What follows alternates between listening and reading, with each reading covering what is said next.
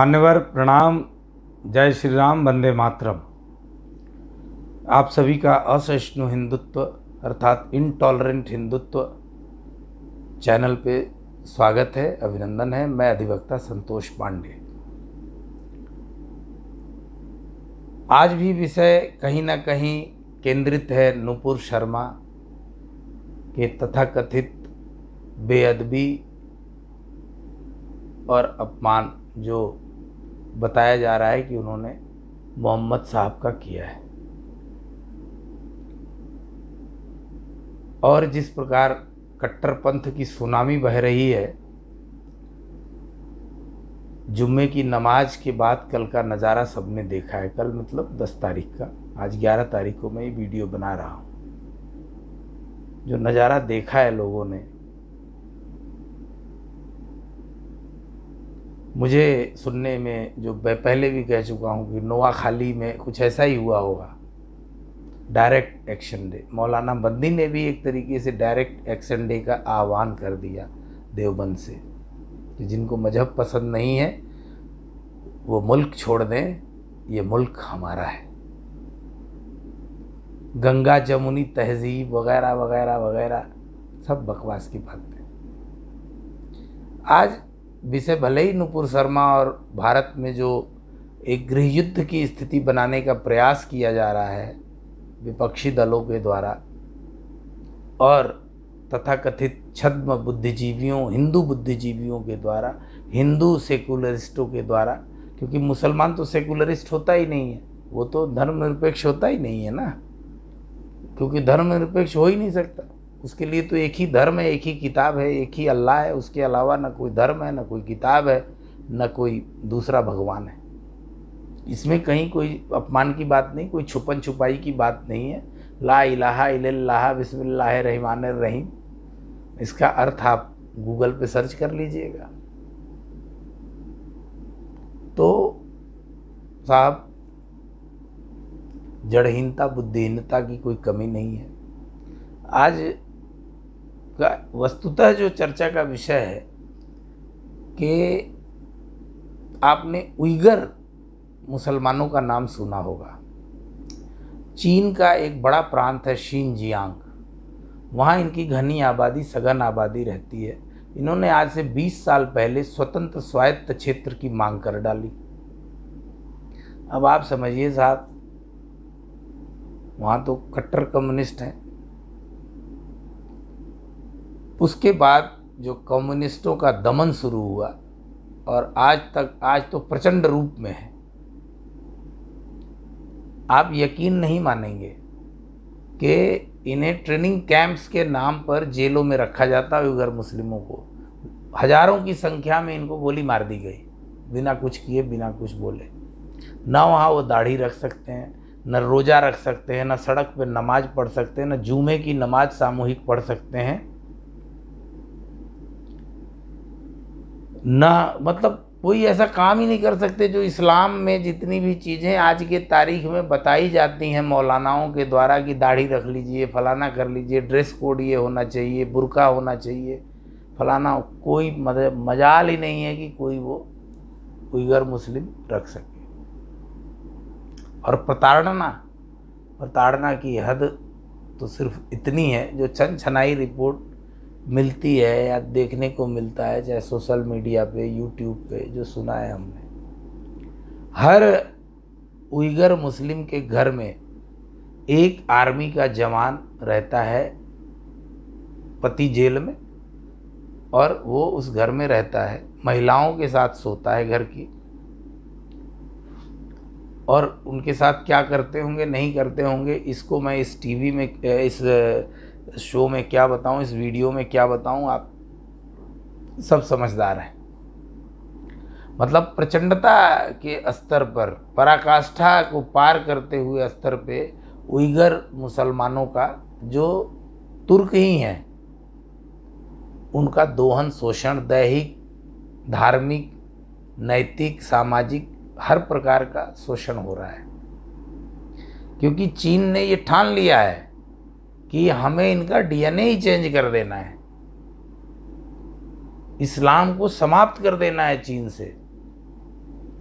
और जिस प्रकार की यातना दी जा रही है, मुझे लगता है कि सारे वहाँ पे धर्म छोड़ चुके होंगे।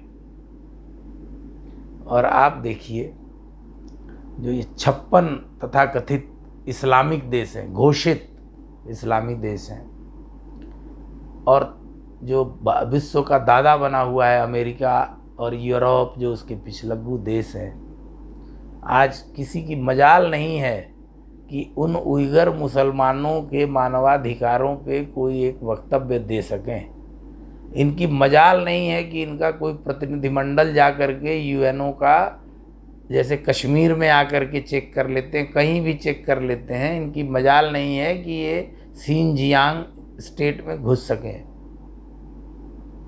अगर है तो मैं खुला चैलेंज करता हूँ कि जा कर के दिखाएं। उत्तर कोरिया में तो इस तरीके की कोई बात करना तो छोड़ दीजिए, सोचना भी मतलब कितना बड़ा तबाही हो सकता है।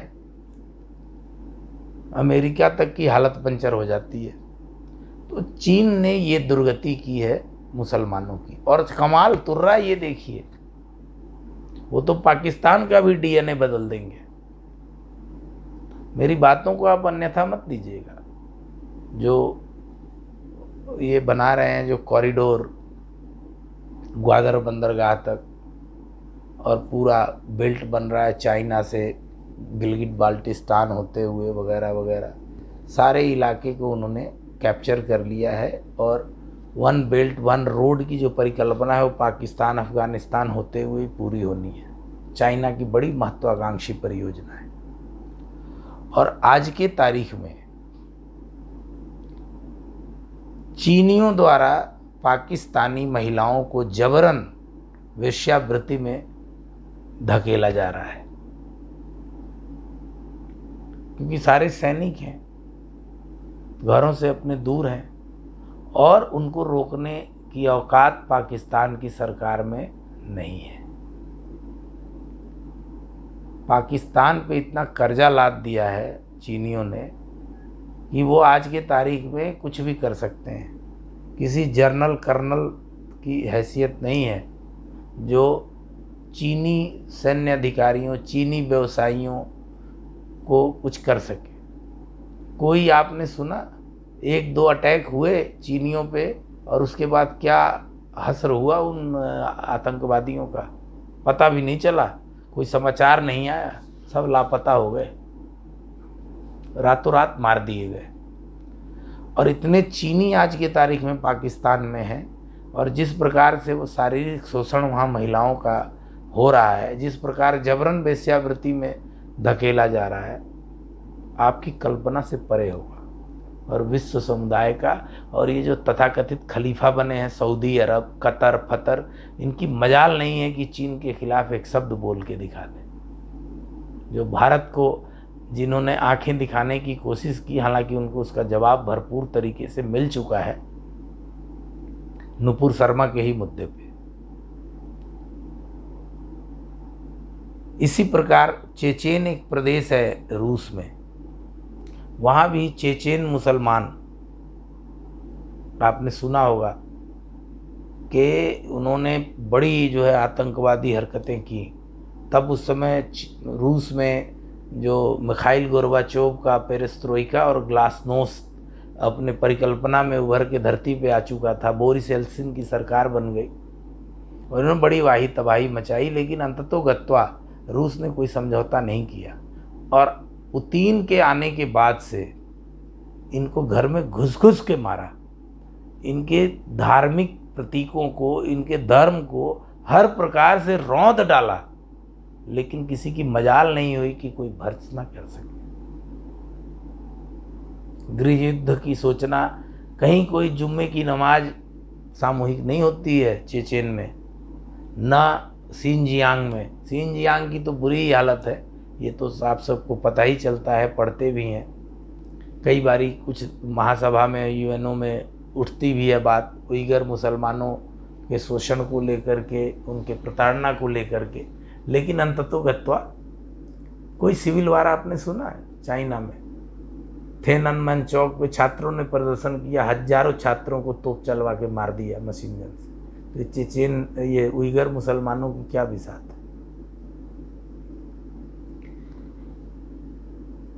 तो ये सोचने की बात है। 56 इस्लामिक देश, मैंने सुना 2 अरब लोग हैं। अरे भाई, तुम 56 देश और इस्लामिक हो, उसके अलावा हर देश में कुछ ना कुछ मुसलमान। हिंदुस्तान में ही हैं इतने 20 करोड़ 25 करोड़, इंडोनेशिया तो खैर है ही है मान लीजिए। तो ऐसे देशों की भी संख्या मिला करके आप सिर्फ 200 करोड़ हो, और खाली हम हिंदुस्तान में 125 करोड़ हैं हिंदू।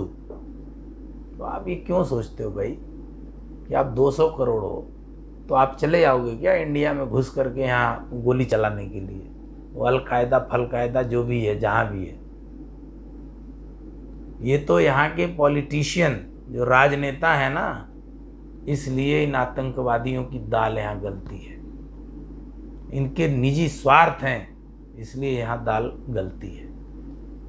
यहाँ की जनता ने जिस दिन ठान लिया ना, और उस जनता में 100% हिंदू और कुछ प्रतिशत बाकी धर्मों के लोग, मैं ऐसा नहीं कहता कि 100% मुसलमान राष्ट्रद्रोही हैं, ऐसा कह के मैं शहीद अब्दुल हमीद, अशफाकुल्ला खान और परम पूजनीय डॉक्टर APJ अब्दुल कलाम का अपमान नहीं करना चाहता, न कर सकता हूँ।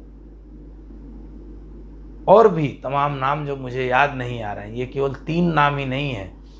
हाँ, हामिद अंसारी जैसे कमीना किस्म के लोग भी हैं इस देश में, जो इस देश की खाते हैं और देशद्रोही हरकतें करते हैं। मैं उनकी बात नहीं कर रहा हूँ, मैं उन APJ कलाम जैसे महान व्यक्तियों की बात कर रहा हूँ, जो परम श्रद्धेय प्रातः पूजनीय हैं, जिन्होंने इस देश के लिए अपना जीवन जिया और इस देश के लिए मर गए, और इस देश ने भी उनको पूरा सम्मान दिया। हमारे यहाँ तो देखिए हर जाति धर्म के लोग उच्च उच्च पदों पे पहुँचे हैं। अगर केवल हिंदूवाद होता है यहाँ पे तो मजाल है क्या कि यहाँ इतने मुसलमान राष्ट्रपति उपराष्ट्रपति बन जाते।